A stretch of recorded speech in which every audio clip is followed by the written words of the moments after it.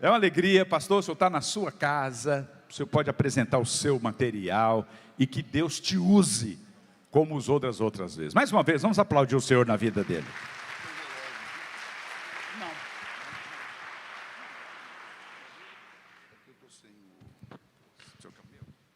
Ele está perguntando se tem relógio, irmão. Fala, pastor, o senhor tem todo o tempo. Feriado, ninguém trabalha amanhã, não é? Então...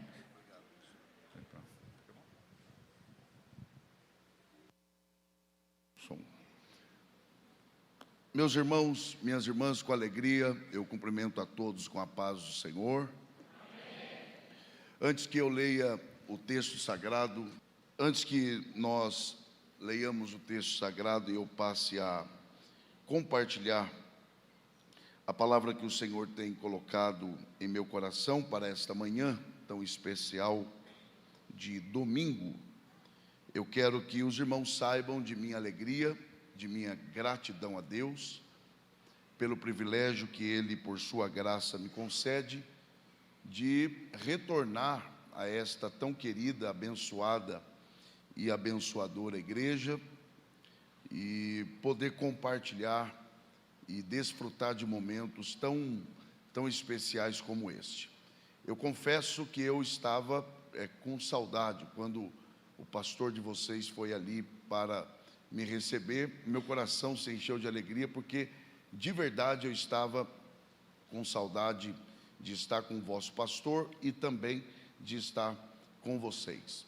De maneira que em público eu quero reafirmar aqui o meu respeito, a minha admiração pela vida do pastor Vitor Hugo, que Deus em Cristo siga a abençoá-lo, a guardá-lo, a preservá-lo junto de sua família, e que o trabalho de suas mãos continue sendo confirmado pelo Senhor. Desejando isso a ele, eu estou desejando a todo o ministério, e é claro que isso é extensivo a toda a igreja, mesmo porque eu acredito, irmãos, eu acredito que quando o pastor da igreja é abençoado, a igreja é alcançada também com esta bênção. Então é o desejo sincero do meu coração e a minha oração diante de Deus. Como o pastor Vitor Hugo generosamente me concedeu aqui a oportunidade para falar do meu material, eu prometo ser breve e respeitoso, mas eu quero comunicá-los. Não deu para trazer muitos, que, como ele disse, foi bem corrido, mas eu trouxe aí alguns livros de minha autoria. Dentre os que eu trouxe, eu quero recomendar, além dos outros, este aqui, Vocação, Descobrindo o Seu Chamado. Esse é um livro que eu trabalho basicamente 3 pilares: como e por que eu devo descobrir a minha vocação, como potencializar a minha vocação e, finalmente, como cumprir a minha vocação. Vocês sabem que nós temos um grande problema de que a maioria das pessoas, ela começa fazendo para depois querer se preparar. E não são poucas as pessoas que terminam a vida descobrindo que fizeram durante toda ela o que não nasceram para fazer. É por isso que há muitas pessoas entre nós insatisfeitas. Você encontra pessoas insatisfeitas, e não é falta de Deus, não é pecado, não. Muitas vezes, ou na maioria das vezes, é porque está fazendo o que não nasceu para fazer. Então aí precisa fazer muito mais força, não tem prazer naquilo que faz. Então é preciso que primeiro você descubra a sua vocação, e depois você se prepare para ela, e para depois você executar. A essência desse livro é de que não existem pessoas ruins. O que existem são pessoas no lugar errado, fazendo o que não nasceram para fazer. Então é um livro que eu recomendo a você. É só você pensar em alguém que nasceu para pregar, querendo cantar. Aí quem sofre é a igreja, que tem que ouvir. Ah, mas é para Deus, então canta onde só Deus ouve. Porque Deus é tão perfeito que o desafinado é afinado no ouvido dele, mas no dele, no meu não. Pode ser do coração, como for, vai ser desafinado. Então, é um livro que eu acredito que poderá te ajudar. Eu termino essa parte recomendando esse, que é o meu livro mais recente. Eu pertenço à Assembleia de Deus e no último trimestre da Escola Bíblica Dominical da nossa igreja, eu tive o privilégio de ser o comentarista para os jovens. E esse é o livro de apoio que serviu para essa revista, que é sobre liderança na Igreja de Cristo, escolhidos por Deus para servir. É um livro sobre liderança. Eu trabalho aqui o que é e o que não é liderança. Uma pessoa está em posição de liderança ou de líder, não quer dizer que ela exerça a liderança. Então eu falo o que é e o que não é liderança, o que se espera de um líder, o que Deus espera de um líder. Eu falo inclusive de vários líderes na Bíblia. E no capítulo 6 eu falo sobre liderança feminina na igreja. E eu assumi o compromisso e o desafio de dar uma resposta ao movimento feminista. Porque há uma desonestidade intelectual por parte de um grupo dentro desse movimento, de dizer que a igreja não valoriza a mulher. Isso não é verdade. É de Deus isso aqui, obrigado. Não é verdade, muito pelo contrário. A igreja, é só você observar aqui, que o grupo majoritário aqui é de mulheres. E como eu disse, eu sou da Assembleia de Deus. Na própria Assembleia de Deus, o pastor Vitor Hugo conhece muito bem, o espaço que se dá para a mulher é expressivo, e a Bíblia autentica o trabalho da mulher, inclusive exercendo liderança, desde o Antigo Testamento até o Novo Testamento. Então eu assumi o compromisso dado pela liderança da nossa igreja de trabalhar isso e dar uma resposta a isso. E isso está no capítulo 6 deste livro, e eu recomendo a vocês, e eu espero e oro para que Deus os edifique. Quem me entendeu, por favor, diga amém. Muito obrigado pela atenção e, sobretudo, pela compreensão desta parte. Quem aqui de verdade quer continuar ouvindo Deus falar, diga amém. Amém. Eu confesso que, quando recebi a feliz notícia de que eu abriria minha sequência de ministrações nesse período aqui com vocês, eu busquei em Deus uma direção sobre o que compartilhar com vocês numa manhã tão especial como esta. E o Senhor me deu esta direção, e com muito respeito eu quero pelo menos tentar aqui seguir esta direção. Abra sua Bíblia, por favor, na carta aos Hebreus.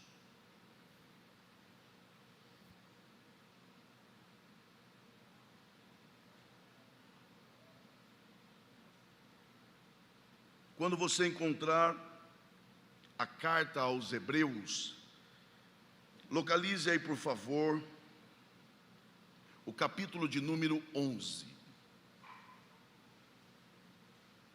Alguém aqui ainda tem forças para dar glória a Deus?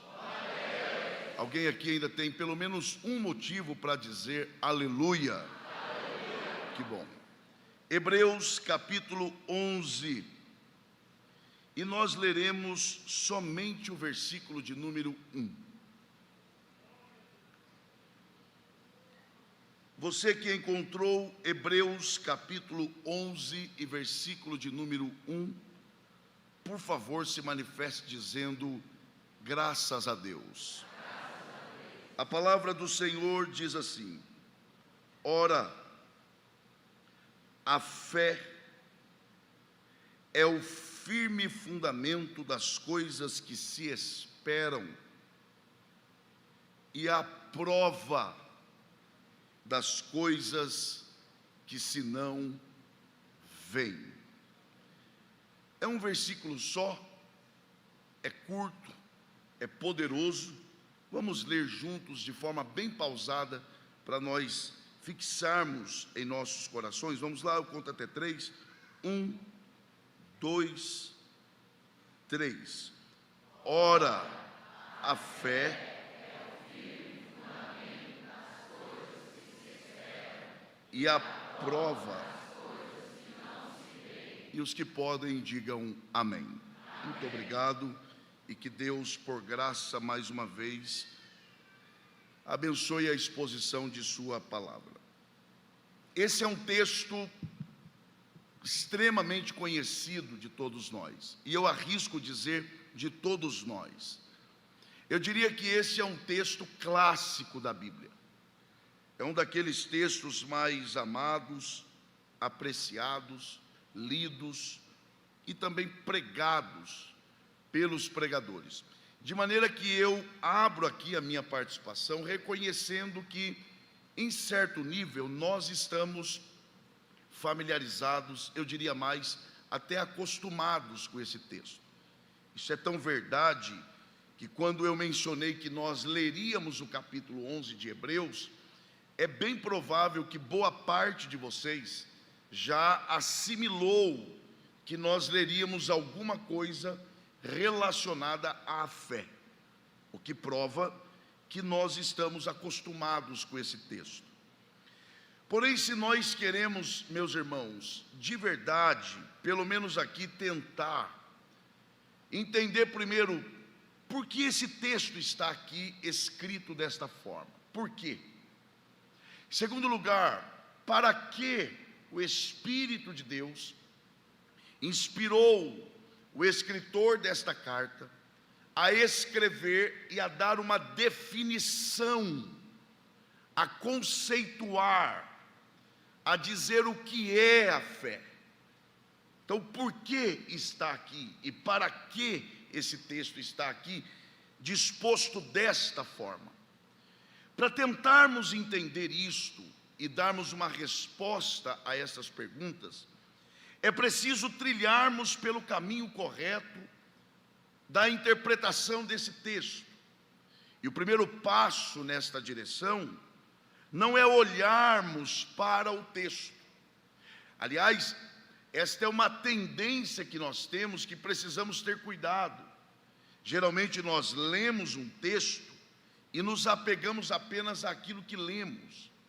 É preciso que nós nos dediquemos ao ponto de olharmos para além do texto, para olharmos além daquilo que está escrito. Quando eu estou dizendo isso, eu estou propondo de nós pensarmos sobre o que está por detrás desta carta. Porque você não consegue entender uma carta lendo apenas uma parte dela. Imagine que você recebe uma carta de alguém, ou um e-mail, ou uma mensagem, e você extraia uma parte dela sem considerar a outra parte.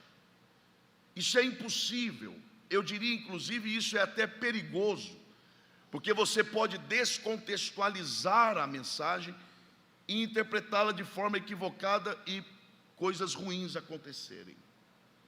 Por isso, antes de nós olharmos para o que é a fé, é preciso olharmos para a carta como um todo. Quando você recebe uma carta, uma das primeiras coisas que você busca saber é quem me escreveu esta carta. Quem é que está escrevendo para mim? Sobre o que essa pessoa está escrevendo? Qual é a mensagem central? E a quem essa carta foi escrita? Portanto, é preciso que nós, rapidamente, eu prometo, nos lembremos sobre esses pontos a respeito da carta aos Hebreus. Em primeiro lugar, a carta aos Hebreus não se sabe ao certo quem a escreveu. Há quem diga que foi Apolo, há quem diga que foi Paulo, pela forma de escrever. Há quem diga, inclusive, que tenha sido um dos discípulos de Paulo. Aliás, há quem diga que tenha sido uma mulher, razão pela qual o seu nome não aparece na carta. O fato é que não se pode bater o martelo quanto ao autor desta carta. Não se sabe mesmo. Mas se por um lado nós não sabemos quem escreveu, nós podemos afirmar a quem esta carta foi enviada. Esta carta, ela foi escrita e destinada a um povo específico de hebreus, que havia se convertido ao Evangelho. E em virtude da conversão desse povo, esses irmãos, eles foram perseguidos, eles estavam em perseguição, e em virtude desta perseguição, eles foram dispersos, eles tiveram que fugir, e nesta dispersão, esses nossos irmãos padeciam necessidades, estavam em privações, tinham falta das coisas mais básicas da vida. Na verdade, para resumir, esses irmãos estavam em terrível aflição. Então eu quero que você imagine esta carta chegando a esses irmãos, irmãos aflitos, irmãos que estão sendo perseguidos injustamente, não porque eram maus, simplesmente porque eram crentes. É a esses irmãos que esta carta é enviada. E lembre-se, esses irmãos haviam chegado ou se convertido do judaísmo para o cristianismo. Daí a razão pela qual o escritor, que uma coisa a gente pode afirmar, ele tinha uma capacidade brilhante de interpretar o Antigo Testamento e aplicá-lo de uma forma extraordinária à realidade atual. Daí a razão pela qual o escritor, além de confortar esses irmãos que estavam em aflição, ele escreve também com o objetivo de adverti-los, dizendo: cuidado, porque vocês estão sendo tentados diante desta provação, da privação temporária relacionada às coisas desta vida, a voltarem às práticas antigas. E aí como é que ele faz isso? Ele não faz apenas dizendo: olha, é errado isso, é certo aquilo. Não, isso aqui é legalismo. Ele faz de outra forma. Como ele faz? Ele começa a traçar um comparativo entre a antiga aliança e a nova aliança. E aí, para resumir aqui, e dando apenas 3 exemplos, ele aponta o fato de que, primeiro, Jesus é superior a tudo. Por exemplo, ele diz que Jesus é superior a Moisés. E ele é corajoso de fazer isso, porque para os judeus, Moisés é o supremo. Conta-se inclusive a história de um menininho judeu que morava em Nova York. E sabe que judeu para negócio é uma coisa séria. E ele estava na escola, e na sala de aula, aí a professora americana perguntou: vou fazer uma pergunta, quem acertar vai ganhar $1. O judeuzinho já, opa, é a minha chance. Ela pergunta: qual foi o maior homem da história? O judeuzinho rápido levantou a mão: eu sei. Aí ela imaginou, ele vai, ela já imaginou algo. Judeu, já sei. Aí ele surpreendeu a professora dizendo: Jesus Cristo. A professora: tá certo, parabéns, pega $1. Ele veio correndo alegre, pegou $1. Quando ele estava voltando para a carteira dele, ela: espera aí, você não é judeu? Eu sou. E para vocês o maior homem da história não é Moisés? Sim. Então por que você falou que é Jesus? Professora, porque negócio é negócio, né, professora? Ou seja, eu estou tentando dizer aqui que para o judeu, Jesus não é maior do que Moisés. Aliás, dizer isso para eles é uma afronta. Porém, o escritor, ele assume o risco e afirma isso dizendo: Jesus é maior e superior a Moisés. E não só isso, ele é também superior aos anjos. E aí, para encerrar essa parte, uma parte que eu acho extraordinária é quando ele compara Jesus a Josué. E ele diz assim: olha, Josué teve a sua importância, mas Jesus é maior do que ele. Quer ver por quê?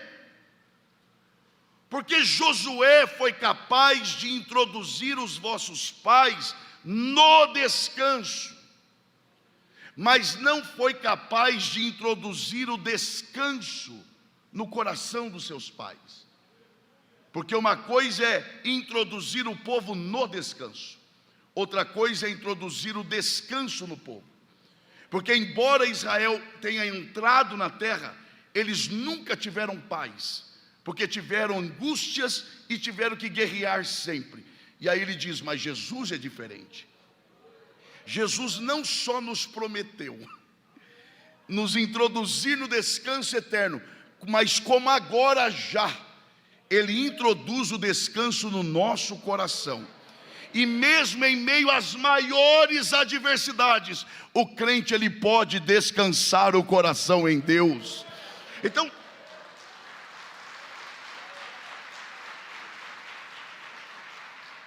o tema central desta carta é a superioridade da nova aliança em relação à antiga aliança. Dito isto, quando ele chega no capítulo 11, para nós avançarmos aqui um pouco, quando ele chega no capítulo 11 desta carta, ele vai se remeter à história. Porque o que é o capítulo 11 de Hebreus, senão aquilo que nós chamamos de a galeria dos heróis da fé. Você pode dizer bem forte, para demonstrar o seu ânimo com o Fest Vida Nova, diga bem forte assim, heróis da fé. A questão agora é, heróis de qual fé? Porque quando você fala sobre fé, é uma coisa aberta. Eu tenho a minha, você tem a sua, não é assim que o povo fala por aí? Não, eu tenho a minha fé, eu também tenho a minha. E aí ele vem e apresenta aquilo que é chamado de a galeria dos heróis da fé. A questão é, de qual fé? Qual é esta fé? Para nós identificarmos qual é esta fé, é preciso então uma definição para a fé. O que é fé? Não é assim que se começa uma disciplina ou um livro sobre um determinado assunto? Eu vou discorrer sobre isso, então o que é isso? Então, se nós estamos falando sobre a galeria dos heróis da fé, homens que ele descreve, dos quais o mundo não era digno. Você tem noção do que é isso? Homens dos quais o mundo não era digno. Que homens são esses? Homens que viveram pela fé. Que fé? Que fé é esta? E o que é esta fé? Aí o escritor responde. Eu pergunto e ele responde, o que é fé? Aí ele responde dizendo, ora, a fé é o, primeiro, firme fundamento preste atenção, das coisas, aqui está o detalhe, que se esperam. É só isso? Não. E ela é a prova, a garantia, a certeza das coisas que se não veem. E aí, é isso? Acabou? Não. O que ele quer dizer com isso? Que negócio é esse de que a fé é o firme fundamento das coisas que se esperam e a prova das coisas que se não veem? O que é que ele quer dizer com isso? Ora, você não pode interpretar isso aqui fora do contexto. Veja que ele está falando que esta fé é o que moveu homens, primeiro, que foram cerrados ao meio.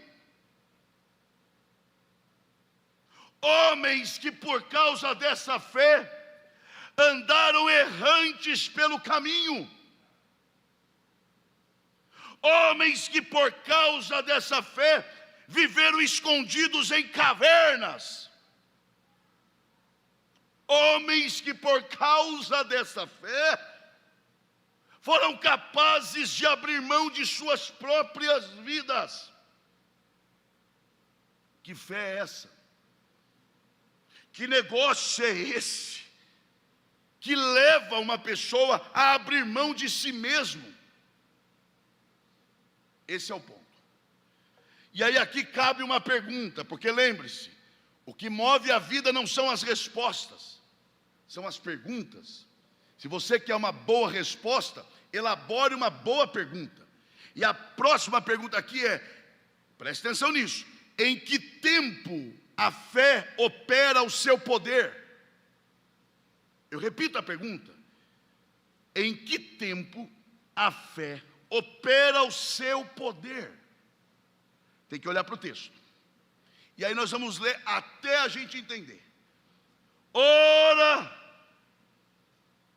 a fé é o firme fundamento do quê? Das coisas que chegaram. É isso? Vamos lá, gente. É isso? Das coisas que vão chegar? Não é isso que está escrito. Então vamos de novo. A fé é o firme fundamento das coisas que já chegaram, que vão chegar. É o firme fundamento das coisas que se... Olha a segunda parte. E ela é a prova das coisas que eu estou vendo, que eu vou ver, mas das coisas que eu não vejo. Então vamos lá. Se eu fosse você, eu não perderia isso aqui não. Em que tempo a fé opera o seu poder? Depois que acontece o que eu quero, durante o processo do que acontece do que eu quero, ou antes que aconteça o que eu quero? Antes. Então a fé, ela não opera para fazer acontecer. Se eu fosse você, eu atentaria para isso, para você não me interpretar mal. A fé opera exatamente quando aquilo que eu quero que aconteça ainda não aconteceu. A fé, ela não é para fazer algo acontecer.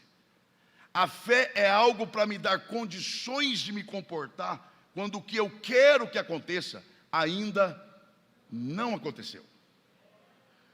Pastor, como assim? Vamos tentar entender isso aqui juntos. Na verdade, esta fé, esta daqui, esta fé, ela é mais fidelidade do que qualquer outra coisa. Então diga assim, a fé, mais forte, diga a fé, ela é também fidelidade. Eu vou te dar um exemplo prático e bíblico. Jó capítulo 6, versículo 10. Jó explica por que ele pede a morte. Tem gente que ainda imita Jó. Está passando uma lutinha lá, ele fala assim como Jó. Me leva, Senhor. Me prepara e me leva. Como se Jó tivesse pedido a morte porque estava sofrendo. Não é por isso.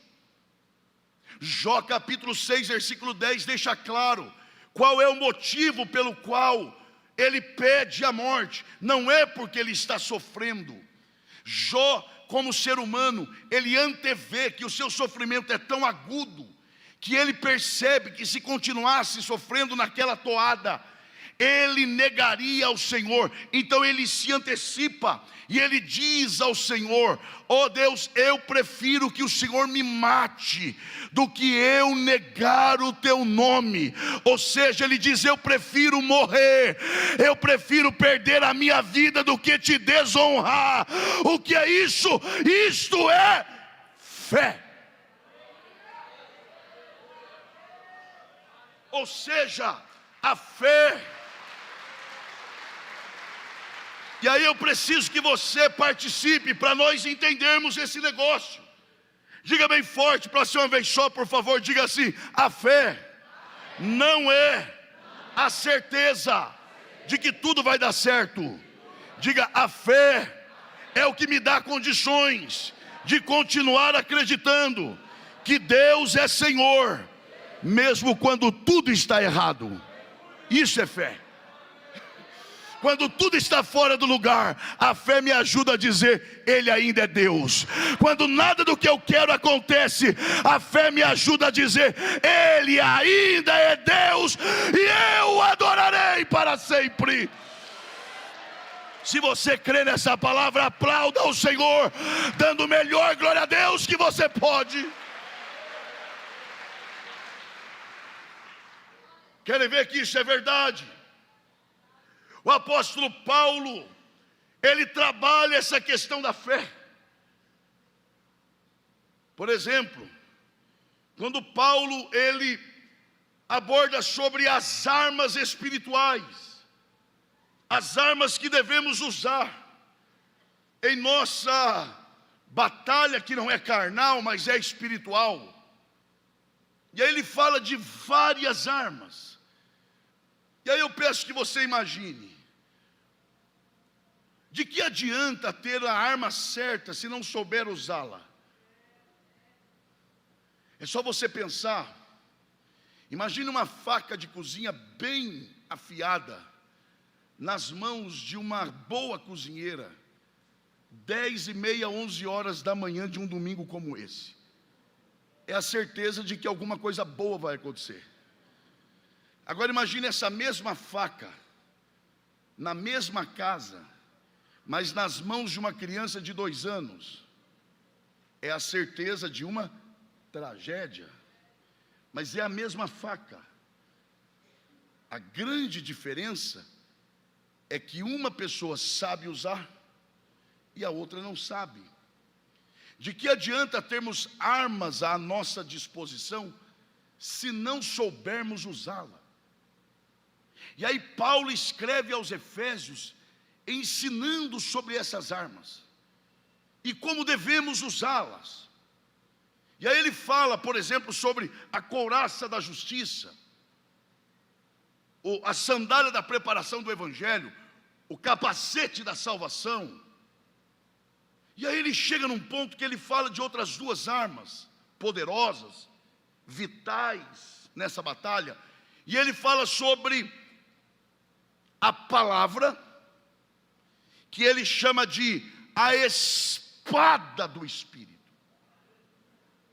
E aí ele fala da fé. E ele chama a fé de quê? Escudo da fé. Então vai lá. Nós temos tempo para estudarmos a palavra nessa manhã. Então vai lá. Quando ele fala da palavra, ele chama a palavra de quê? Diga por favor: espada. Mas quando ele fala da fé, ele chama a fé de quê? Escudo. Então a espada é o quê? Palavra. E o escudo é o quê? Tá. Espada é instrumento de ataque ou defesa? E escudo? Bem, então por que tem gente atacando pela fé? Eu declaro pela fé. Eu recebo pela fé. Eu te venço. Fé não é para isso. Jesus nos ensina na prática, quando no deserto, como é que ele venceu a tentação? Não foi com escudo, mas foi atacando. E atacando por meio do quê? Está escrito. Porque a espada, que é a palavra, é instrumento de ataque, mas a fé é escudo, que é instrumento de quê? Ninguém ataca com escudo. Escudo é para si. Aí Paulo diz: se defender de quê? Dos dardos inflamáveis do diabo. E esses dardos se manifestam aonde? Na mente. Repito, na mente. Repito, na mente. Quando ele começa a questionar, dizendo, Deus é bom, e você diz, claro, meu pastor Vitor Hugo ensina que ele é bom, então ele é bom. Aí o diabo começa a questionar, se ele é bom, então por que ele permitiu o mal acontecer a você? Deus é amor, claro que é. Hoje mesmo meu pastor falou que Deus amou o mundo de tal maneira, então ele é amor. Tá, se ele é amor, então por que ele permitiu que uma manifestação de ódio e de traição ocorresse a você? Deus é poderoso, claro que ele é poderoso, eu aprendo na igreja que ele é poderoso. E aí o diabo começa a questionar, se ele é poderoso, então por que ele não faz o que você quer? É aí que floresce a fé. E a fé te leva a dar uma resposta a isso, dizendo, não importa se Deus faz ou não faz, o que importa é que mesmo Ele não fazendo, eu continuo acreditando que Ele é Senhor, porque tudo que Ele poderia fazer por mim, Ele já fez na cruz do Calvário, por meio de Jesus Cristo, o meu Senhor. Quem está entendendo a voz de Deus, tem a sua fé renovada nessa manhã.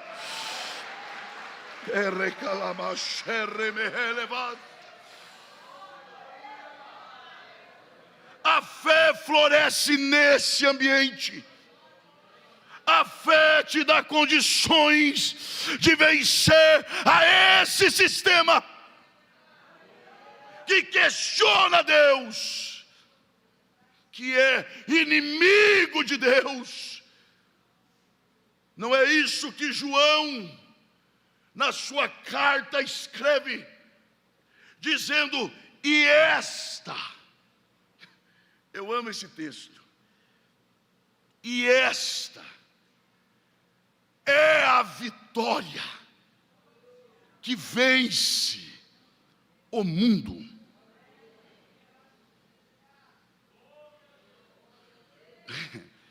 Diga, e esta é a vitória que vence o mundo. Que mundo é esse? Esse mundo não é um mundo natural. Esse mundo não é um mundo humano. Quando Jesus diz, ide por todo mundo, ou porque Deus amou o mundo. Então que mundo é este, que esta arma me leva a vencê-lo? Esse mundo é sistema, um sistema que é inimigo de Deus, um sistema que contraria Deus, um sistema que é inimigo da igreja, um sistema que argumenta contra a palavra, um sistema que questiona a bondade e o poder de Deus quando você está em adversidade. E aí o escritor, o João, escreve a carta dizendo, e esta é a vitória, não é outra, não tem outra. Esta é a vitória que te levará a vencer o mundo. Qual é a vitória? A nossa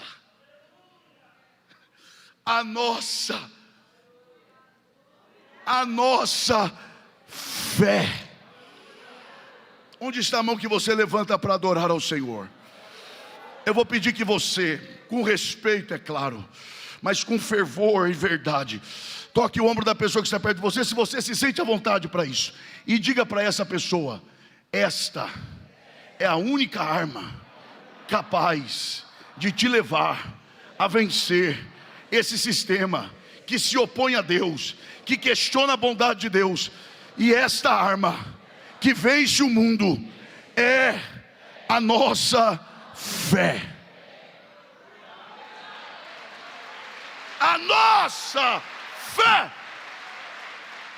E vejam, aí, gente, pastor Vitor Hugo me conhece, parte da igreja aqui, acredito que vagamente se lembra, e eu vou dizer isso aqui. Eu sei que o que eu vou dizer pode soar como exclusivismo, ou pode soar como politicamente incorreto. Não há problema. Mas deixa eu lhe dizer, observe que João diz que esta não é estas, é esta, é uma só. Não são as vitórias, é a vitória que vence o mundo. Ele não diz a fé, ele diz a nossa fé. Vamos entender isso aqui? Olhe de novo para essa pessoa que está ao seu lado e diga: não é qualquer fé, é a nossa fé. Pastor, isso é exclusivismo. Chame do que você quiser. É o que a Bíblia está dizendo. Que só existe uma arma capaz de enfrentar e vencer o mundo e esse sistema, e que não é a fé. Porque você conversa hoje com alguém, eu estou aqui falando para jovens também, e aí lá na universidade, qual é a sua fé? A minha é essa. Oh, que bonito. A minha é essa. E a sua? Não, a minha é diferente. Mas eu respeito a sua fé. Mas eu exijo que você Não, eu respeito.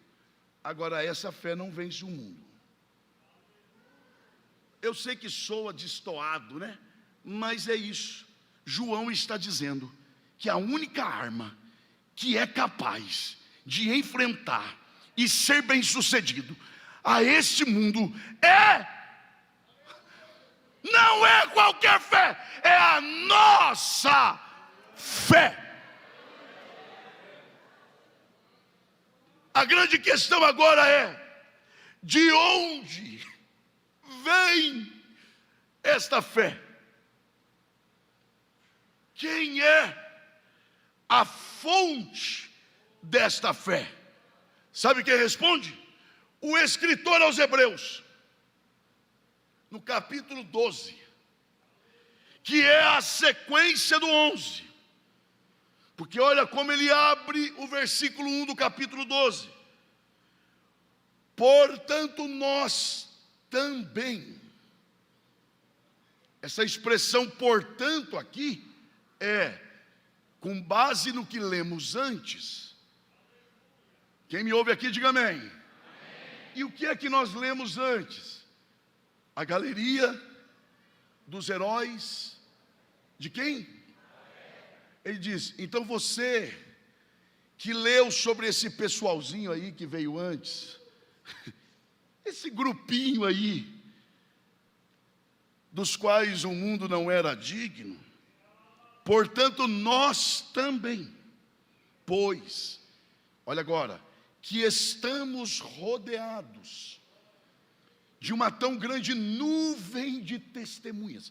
Vou perguntar: quem é esta nuvem de testemunha? Aí alguém vai dizer: é os anjos torcendo por mim, dizendo: você vai conseguir. Não é não. Não, então são os demônios na plateia dizendo: você não vai conseguir. Também não. Então é a sociedade. Também não. Eu posso até aplicar assim, mas no texto original, essa nuvem de testemunha não tem nada a ver com anjo, demônio e nem sociedade. Então quem é essa nuvem de testemunha? Os heróis da fé. Ele está dizendo: portanto nós também. Ele está dizendo: portanto nós que fazemos parte da história deles, que somos, gente, pelo amor de Deus, nós que somos a sequência do que eles começaram, é privilégio demais. Portanto nós que somos a continuidade deles, portanto nós que somos responsáveis por continuarmos o que eles começaram. Tá, qual é a recomendação para nós? Deixemos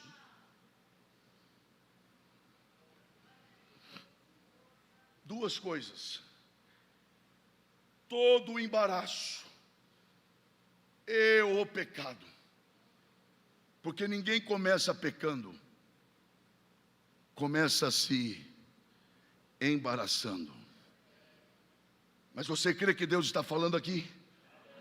Eu vou perguntar de novo: você crê que Deus está falando aqui? Antes que se torne pecado, Deus vai cortar o embaraço de vidas aqui. Antes que o diabo derrube alguém, Deus vai chegar antes, por misericórdia, vai intervir na sua vida e te dar um grande livramento. Quem recebe a palavra, adore a esse Deus.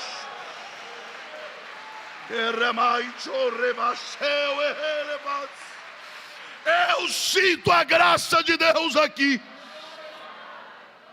Deixemos todo o embaraço e o pecado que tão de perto nos rodeia. Olha agora, olha o termo que ele usa: e corramos. Faz um esforço. Sabe o que é que ele tem em mente aqui? Aquela corrida na arena, de troca de bastão. Um corre 100 metros, passa o bastão. O outro corre 100 metros, passa o bastão. Ele está dizendo: os heróis da fé já correram a carreira deles, agora é a nossa vez, é a nossa oportunidade. E como é que a gente tem que fazer isso? Corra com paciência esta carreira, olhando para onde? Não é para onde, é para quem. E aí não importa onde, é para quem. Olhando firmemente para quem? Que é o quê? E o que mais? Do que? Da nossa fé. Olhando para Ele. Ele quem? Jesus. E quem Ele é? Ele é, eu amo isso aqui demais, Ele é o autor. O que é ser autor? O que é ser autor? Senão aquele que cria, aquele que gera. E quem gera é responsável por aquilo. Por isso ele não é só o autor, ele é o autor e é o, porque a fé começa nele e termina, afinal de contas, porque dele e por ele e para ele todas as coisas. Ou seja, se são todas as coisas, inclui-se a fé, que começa nele, que é o seu autor, está nele, que é o seu fundamento, e termina nele, que é o seu objetivo. E aqui há uma palavra de consolo, porque é como se o escritor estivesse dizendo: se ele gerou essa fé em vocês, ele não é do tipo que gera e vai embora. Não, se ele começou, se ele gerou essa fé no seu coração, se ele é o autor, ele vai até o final com você. Ele pega na sua mão e te leva até o fim. Eu comecei e eu vou terminar. Eu comecei e eu vou concluir. Eu não sou como muitos que começam e deixam pela metade. Não, eu comecei, eu vou com vocês até o final. Quem recebe esta palavra, levante a mão e dê o melhor glória a Deus que você pode.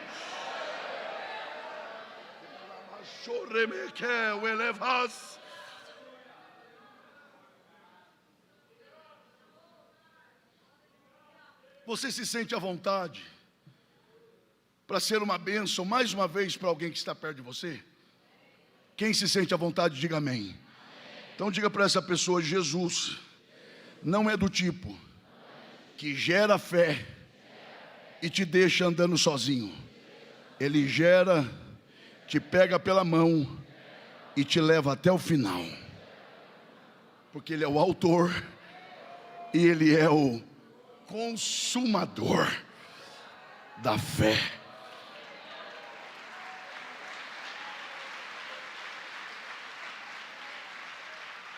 Para começar a encerrar, eu prometo. Se Ele é o autor e o consumador, então a última palavra sobre o que é fé não pode ser de Paulo. Paulo pode até dar uma opinião, nem tampouco do escritor aos Hebreus. A última palavra tem que ser do dono da fé, porque a fé é dele. Ele gerou e plantou em nós. E qual é a definição de fé para Jesus? Ele diz assim: se vocês tiverem fé, não é do tamanho. Jesus não diz do tamanho, ele diz: se tiverdes fé, como um grão de mostarda, vocês vão dizer para esse monte: saia daqui, vá para lá, e eles te obedecerão. Mas Jesus não falou se tiverdes fé do tamanho. Até porque, se ele dissesse, se tiverdes fé do tamanho, ele estaria caindo em contradição com ele mesmo. Porque não foram poucas as vezes que Jesus repreendeu os discípulos por eles terem pouca fé. Homens de pouca fé, homens de pequena fé. Até quando vocês serão vagarosos? Aí agora Jesus diria: se tiverdes fé do tamanho de um grão de mostarda, está tudo certo. Os discípulos olhariam para ele e perguntariam: afinal de contas, é para ter muita ou é para ter pouca? Mas Jesus não disse se tiverdes fé do tamanho. Jesus disse: se tiverdes fé, como? Tamanho é uma coisa, como é outra coisa. Tamanho é quantidade, como é qualidade. É verdade, o grão de mostarda é minúsculo, quase não se vê. Por outro lado, ele é inquebrável. Você pega o grão de mostarda, joga no chão, não quebra. Estando no chão, pisa nele, não quebra. Com raiva por ele não ter quebrado, acende o fogo e joga dentro do fogo. Apaga o fogo, vai ter mais raiva. Lá está ele firme e forte. Quero ver se plantando dá. Planta numa boa terra, depois de ter sido jogado, pisado e queimado, ele ainda gera frutos. Jesus falou: então, se a fé de vocês for semelhante a um grão de mostarda, que vence os solavancos da vida, os pisões da vida, e mesmo depois de ter sofrido tantos ataques, vocês ainda forem capazes de produzir frutos para a minha glória, peçam o que vocês quiserem e vos será feito. Esta é a fé que vence o mundo, a fé que resiste à adversidade.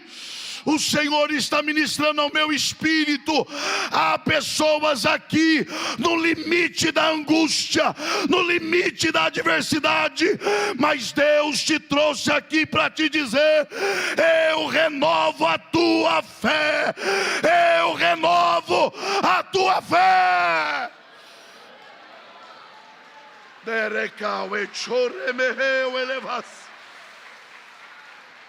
Com a permissão do pastor da igreja, por favor, estejam em pé. E para que serve a fé? Você pode perguntar isso? Diga, para que serve a fé? Quer ver? Versículo 2, do capítulo 11 de Hebreus. Porque por ela quem? A fé. Os antigos, que antigos? Os heróis da fé, alcançaram testemunho. Quem é que está dando testemunho deles? Diga, Deus. Então eles alcançaram testemunho diante de quem? Diante de quem? Então quem se agradou deles? Vai lá, quem se agradou deles? E eles conseguiram agradar a Deus por meio da? Então quem foi agradado pela fé deles? Vai lá, quem?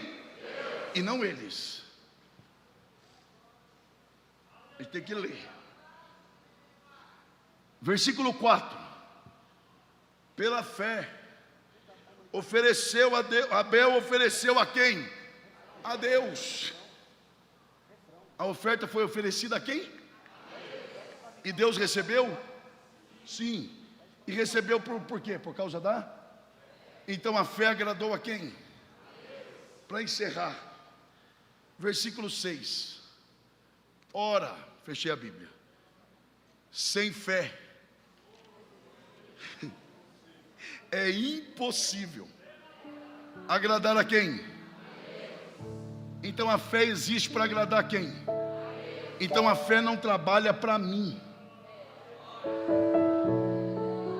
Eu repito, a fé não trabalha para mim.